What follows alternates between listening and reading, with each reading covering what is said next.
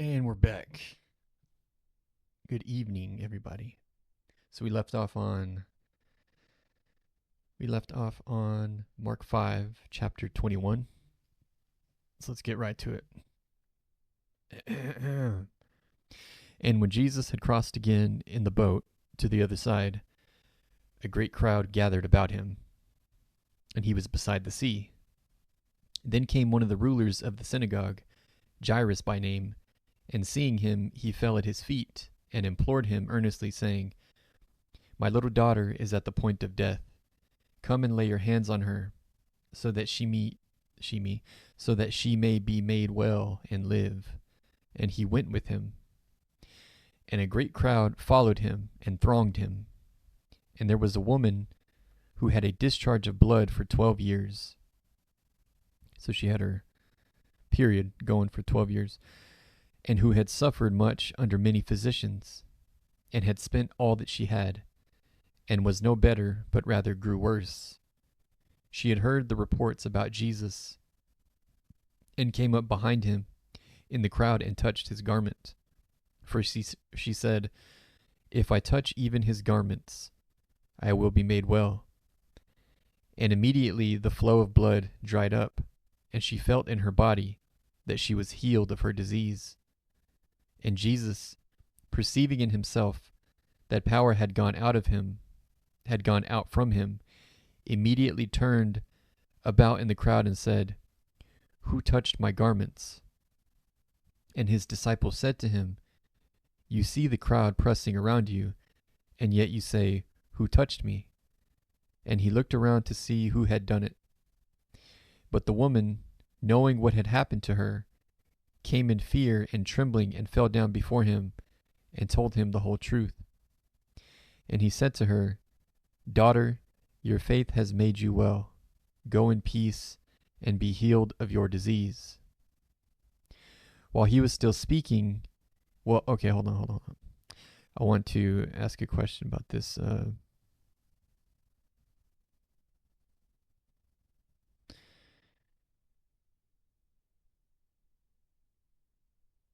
Well, we kind of covered it in Matthew because this same story is told. Let's keep going. We'll keep going. Maybe we'll come back.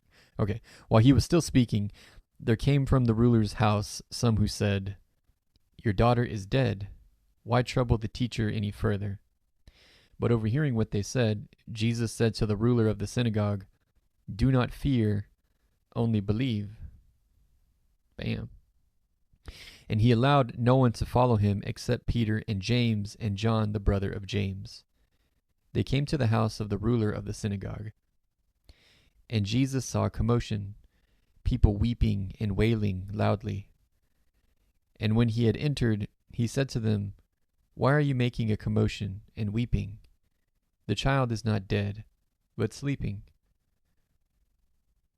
And they laughed at him. But he put them all outside and took the child's father and mother and those who were with him and went in where the child was. Taking her by the hand, he said to her, "Talitha cumi," which means, "Little girl, I say to you, arise." And immediately the girl got up and began walking, for she was 12 years of age. And they were immediately overcome with amazement.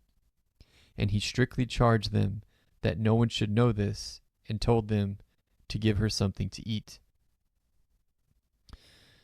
So, in Mark 5,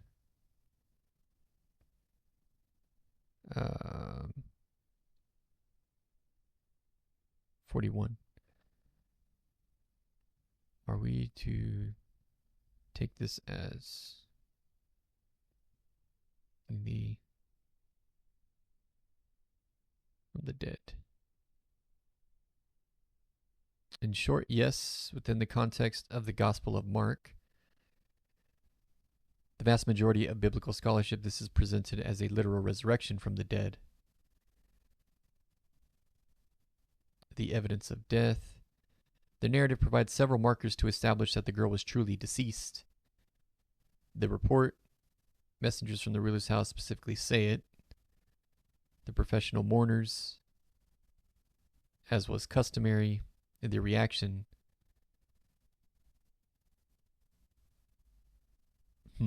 Sleeping versus dead. This is what I wanted to hear about. A common point of confusion is Jesus' claim that she was sleeping. In the New Testament, sleep is frequently used as a euphemism for death, particularly from a divine perspective. By saying she was sleeping, Jesus wasn't making a medical diagnosis. He was suggesting that her death was temporary and reversible by his power. He uses the exact same phrasing in the story of Lazarus, where he tells the disciples Lazarus is asleep. Then he has to clarify plainly, Lazarus has died. The significance of Talitha Kumi. Mark preserves the original Aramaic words spoken by Jesus. This adds a layer of eyewitness authenticity to the account.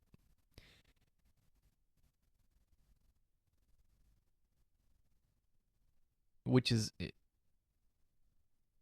yeah, that's interesting because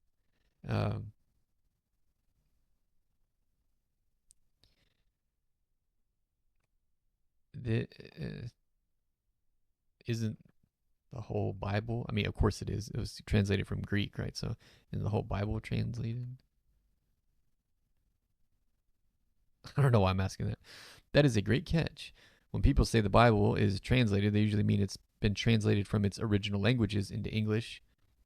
However, there is a unique linguistic layering happening in the New Testament that makes verses like Mark 5:41 stand out. The original languages, the Old Testament was written almost entirely in Hebrew, with a few parts in Aramaic. The New Testament written entirely in Greek. Okay. Didn't Jesus speak Aramaic? Yes, Jesus and his disciples were Jewish residents of Galilee. Their daily language was Aramaic. However, the authors of the Gospels, Mark, Matthew, Luke, and John, wrote their accounts in Greek because that was the international language of the time and the best way to spread the message across the Roman world. Oh, okay, that's cool. I did not know that. The Aramaic fragments. In almost every instance in the New Testament, Jesus' Aramaic words were translated directly into Greek by the gospel writers. But in a few rare, intense moments, Mark keeps the exact Aramaic sounds Jesus made, then follows them with a Greek translation. Okay. Cool. All right. Talitha Kumi. Okay, Mark 6, verse 1. He went away from there and came to his hometown, and his disciples followed him. And on the Sabbath he began to teach in the synagogue. And many who heard him were astonished, saying, Where did this man get these things? What is the wisdom given to him? How are such mighty works done by his hands? Is not this the carpenter, the son of Mary and brother of James and Joses? And Joses? And Judas and Simon? I've never seen that name, Joses. And are not his sisters here with us? And they took offense at him. And Jesus said to them, A prophet is not without honor, except in his hometown, and among his relatives, and in his own household. And he could do no mighty work there, except that he laid his hands on a few sick people and healed them. And he marveled because of their unbelief. And he went about among the villages teaching.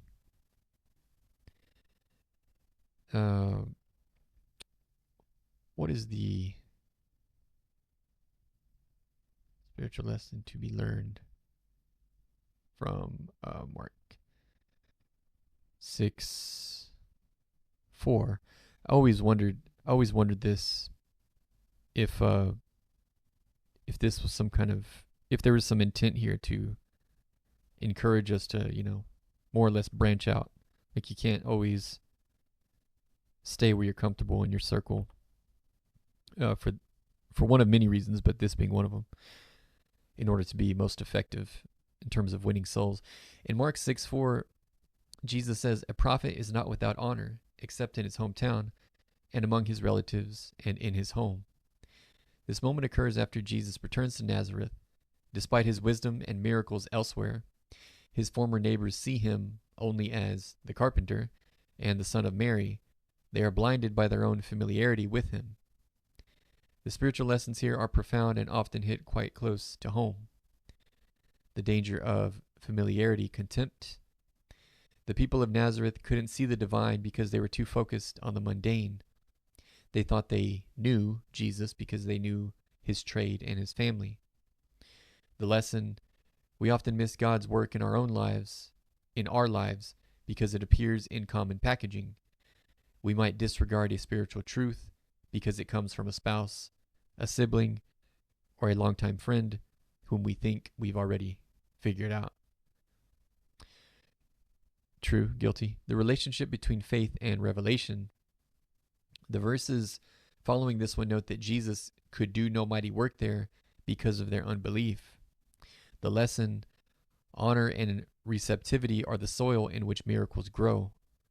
When we approach God or otherwise with a cynical or know-it-all attitude, we effectively close the door to the transformation that could have taken place. The necessity of internal validation. Jesus did not change his mission or doubt his identity just because the people who knew him best rejected him. Your calling is not defined by the approval of those closest to you. Sometimes the people who have seen you at your weakest or most ordinary are the last ones to recognize your growth or your purpose. Spiritual maturity involves following your path even when your hometown doesn't cheer for you. Yep. Hopefully, well, not hopefully. I mean, I think everybody will encounter that to some degree, but that's okay. Jesus went through it too. And he could do no mighty work there. Wait, I read that. Verse 7. And he called the 12 and began to send them out 2 by 2, and gave them authority over the unclean spirits. He charged them to take nothing for their journey except a staff. No bread, no bag, no money in their belts. Excuse me. But to wear sandals and not put on 2 tunics. So just the clothes on their back. And he said to them, wherever you enter a house, stay there until you depart from there. And if any place will not receive you, and they will not listen to you, when you leave, shake off the dust that is on your feet as a testimony against them. So they went out and proclaimed that people should repent. And they cast out many demons and anointed with oil many who were sick and healed them. The death of John the Baptist. King Herod heard of it, for Jesus' name had become known. Some said, John the Baptist has been raised from the dead. That is why these miraculous powers are at work in him. But others said, he is Elijah. And others said, he is a prophet, like one of the prophets of old. But when Herod heard of it, he said, John, whom I beheaded, has been raised. So Herod was confused. He was guilt-ridden and thought that Jesus was John come back to life. For it was Herod who had sent and seized John and bound him in prison for the sake of Herodias, his brother Philip's wife, because he had married her. Married his brother's wife. Got it. For John had been saying to Herod, it is not lawful for you to have your brother's wife. That's pretty messed up. And Herodias had a grudge against him and wanted to put him to death. But she could not, for Herod feared John, knowing that he was a righteous and holy man, and he kept him safe. When he heard him, he was greatly perplexed, and yet he heard him gladly. But an opportunity came when Herod, on his birthday, gave a banquet for his nobles and military commanders and the leading men of Galilee. For when Herodias' daughter came in and danced, so his brother's wife's daughter danced for him, so his niece, she pleased Herod and his guest. And the king said to the girl, ask me for whatever you wish, and I will give it to you. And he vowed to her, whatever you ask me, I will give you, up to half of my kingdom. Must have been some dance. And she went out and said to her mother, "For what should I ask?" And she said, "The head of John the Baptist." And she came in immediately with haste to the king and asked, saying, "I want you to give me at once the head of John the Baptist on a platter." And the king was exceedingly sorry, but because of his oaths and his guest, he did not want to break his word to her. And immediately the king sent an executioner with orders to bring John's head. He went and beheaded him in the prison, and brought his head on a platter and gave it to the girl, and the girl gave it to her mother. When his disciples heard of it, they came and took his body and laid it in a tomb. Man. The apostles returned to Jesus and told him all that they had been. The apostles returned to Jesus and told him all that they had done. What? The apostles returned to Jesus and told him all that they had done and taught. Okay. And he said to them, "Come away by yourselves to a desolate place and rest a while." For many were coming and going, and they had no leisure even to eat. And they went away in the boat to a desolate place by themselves. Now many saw them going and recognized them, and they ran there on foot from all the towns and got there ahead of them. When he went ashore, he saw a great crowd, and he had compassion on them, because they were like sheep without a shepherd, and he began to teach them many things. And when it grew late, his disciples came to him and said, "This is a desolate place, and the hour is now late. Send them away to go into the surrounding countryside and villages to buy themselves something to eat." But he answered them, "You give them something to eat." And they said, "Shall we go and buy 200 denarii worth of bread and give it to them to eat?" And he said to them, "How many loaves do you have? Go and see." And when they had found out, they said, 5 and 2 fish. Then he commanded them all to sit down in groups on the green grass. So they sat down in groups, by hundreds and by 50s. And taking the 5 loaves and the 2 fish, he looked up to heaven and said a blessing, and broke the loaves and gave them to the disciples to set before the people. And he divided the 2 fish among them all. And they all ate and were satisfied. And they took up 12 baskets full of broken pieces and of the fish. And those who ate the loaves were 5,000 men. Immediately he made his disciples get into the boat and go before him to the other side, to Bethsaida, while he dismissed the crowd. And after he had taken leave of them, he went up on the mountain to pray. And when evening came, the boat was out on the sea, and he was alone on the land. And he saw that they were making headway painfully, for the wind was against them. And about the 4th watch of the night he came to them, walking on the sea.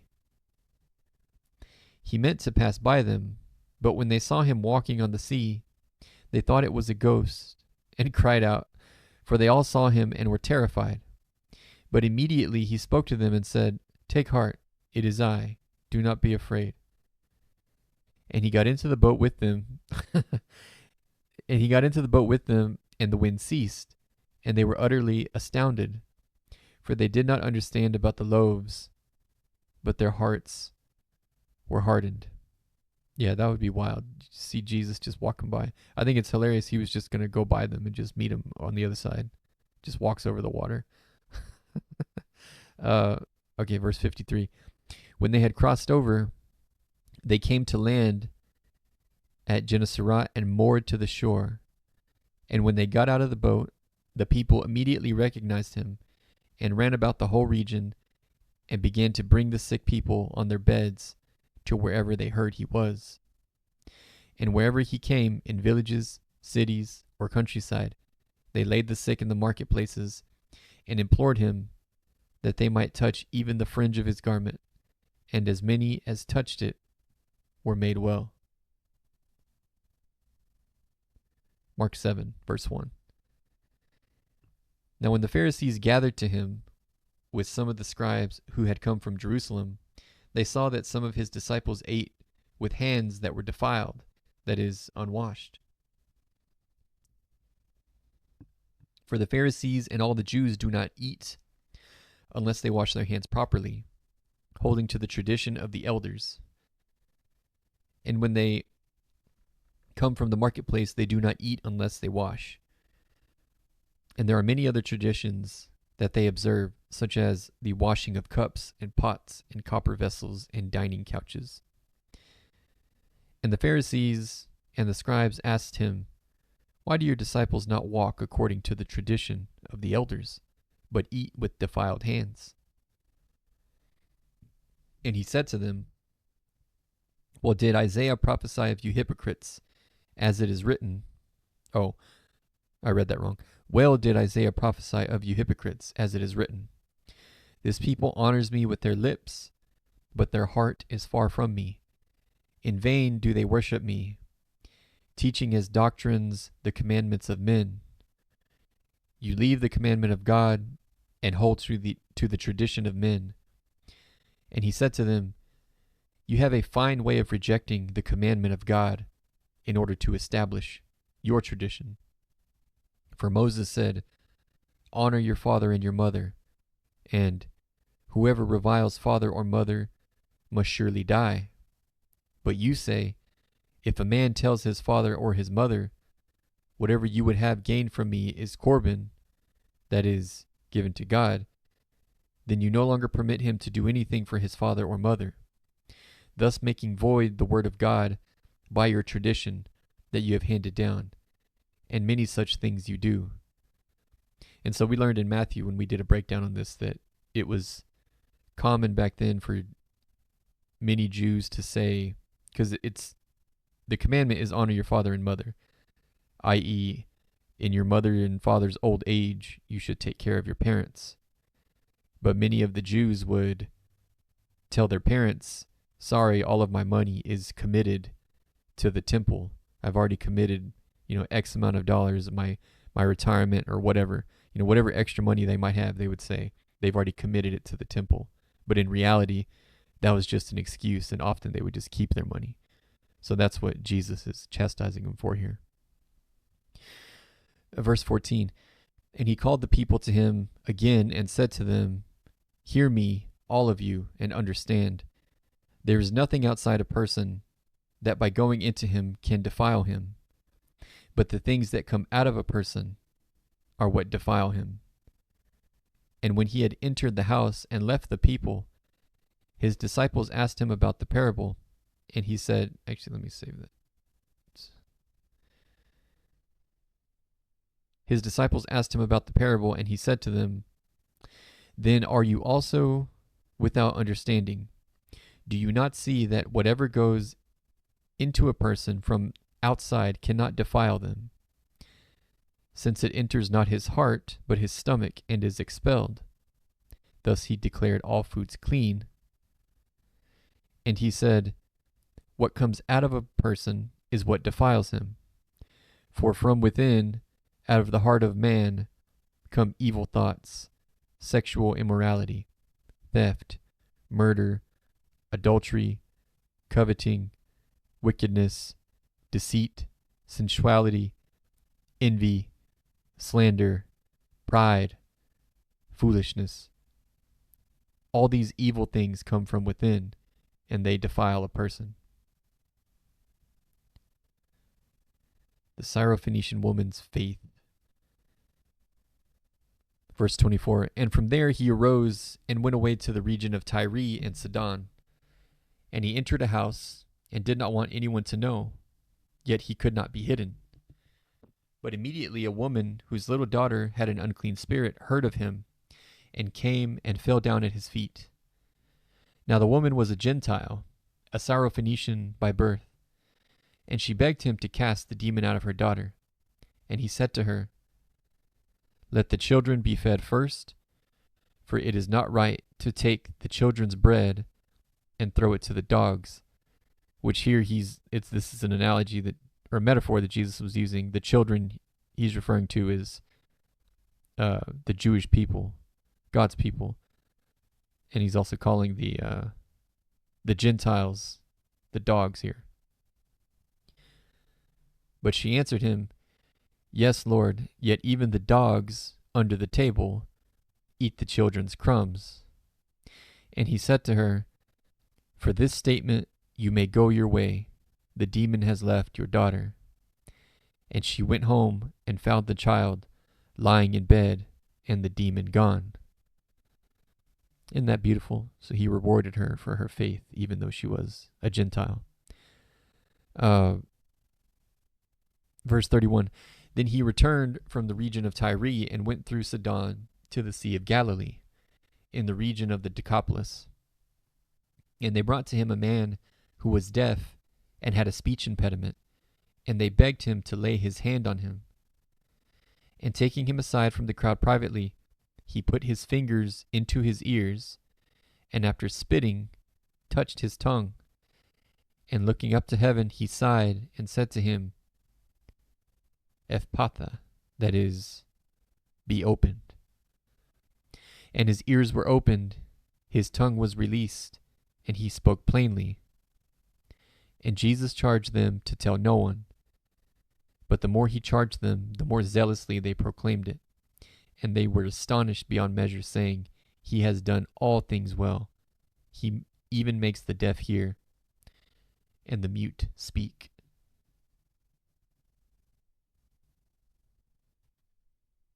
Okay, Mark 8, verse 1. In those days, when again a great crowd had gathered, and they had nothing to eat, he called his disciples to him, and said to them, I have compassion on the crowd, because they have been with me now 3 days, and have nothing to eat. And if I send them away hungry to their homes, they will faint on the way, and some of them have come from far away. And his disciples answered him, How can one feed these people with bread here in this desolate place? And he asked them, How many loaves do you have? They said, 7. And he directed the crowd to sit down on the ground. And he took the 7 loaves, and having given thanks, he broke them and gave them to his disciples to set before the people. And they set them before the crowd. And they had a few small fish. And having blessed them, he said that these also should be set before them. And they ate and were satisfied. And they took up the broken pieces left over, 7 baskets full. And there were about 4,000 people, and he sent them away. And immediately he got into the boat with his disciples and went to the district of Dalmanutha. The Pharisees came and began to argue with him, seeking from him a sign from heaven to test him. And he sighed deeply in his spirit and said, Why does this generation seek a sign? Truly I say to you, no sign will be given to this generation. And he left them. He got into the boat again and went to the other side.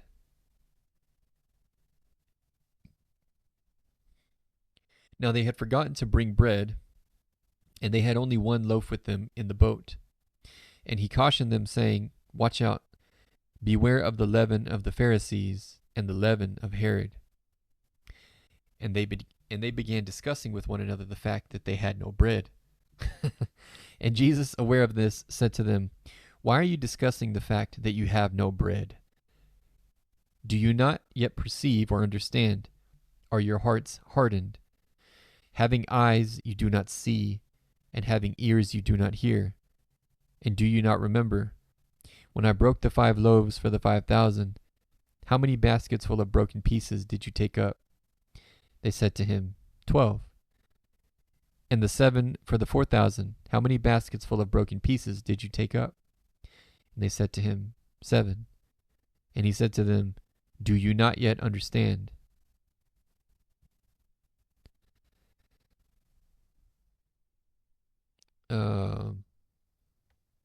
I'm not sure I fully understand. I mean, so we did do a breakdown on this in Matthew. I think at the end of the day, the fact is, if you believe, God will provide, and you will even have an abundance, all based on faith. But I think that's the crux of it, but I'm still going to ask again. Explain Mark 8:21.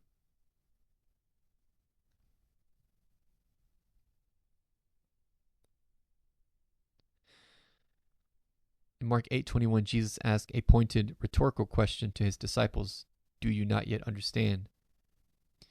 To get the full weight of this verse, we have to look at the comedy of errors that happens right before it. A lesson in leaven. Just before this verse, the disciples realized they forgot to pack bread for their boat trip. They only had one loaf for 13 people. While they were whispering and worrying about their lunch, Jesus gave them a spiritual warning. Watch out, beware of the leaven of the Pharisees and the leaven of Herod. The disciples, being literal minded, thought Jesus was scolding them because they forgot the bread. They missed the metaphor entirely. What Jesus was challenging. Jesus was frustrated in a teaching sense because the disciples were acting as if they hadn't seen him perform 2 massive miracles. He reminds them the feeding of the 5,000, where 5 loaves fed thousands with 12 baskets left over. The feeding of the 4,000, where 7 loaves fed thousands with 7 baskets left over. By asking, "Do you not yet understand?" in verse 21, Jesus is highlighting 2 main failures in their thinking. Provision versus panic. He is showing them that with him on the boat, the quantity of physical bread is irrelevant. If he can feed 5,000, he can certainly handle 13. Yeah. Spiritual blindness. The leaven he mentioned wasn't yeast. It was the corrupting influence and unbelief of the religious and political leaders. He wanted them to focus on spiritual discernment, but they were stuck on stomach logistics. Yeah, that's one way to put it. Okay, so we've hit our 30-minute mark, a little bit over. So we'll tie it up there. We'll pick it up on Mark 8:22 tomorrow. Thanks for tuning in. Don't forget to sub. Love you guys, and God bless. Good night.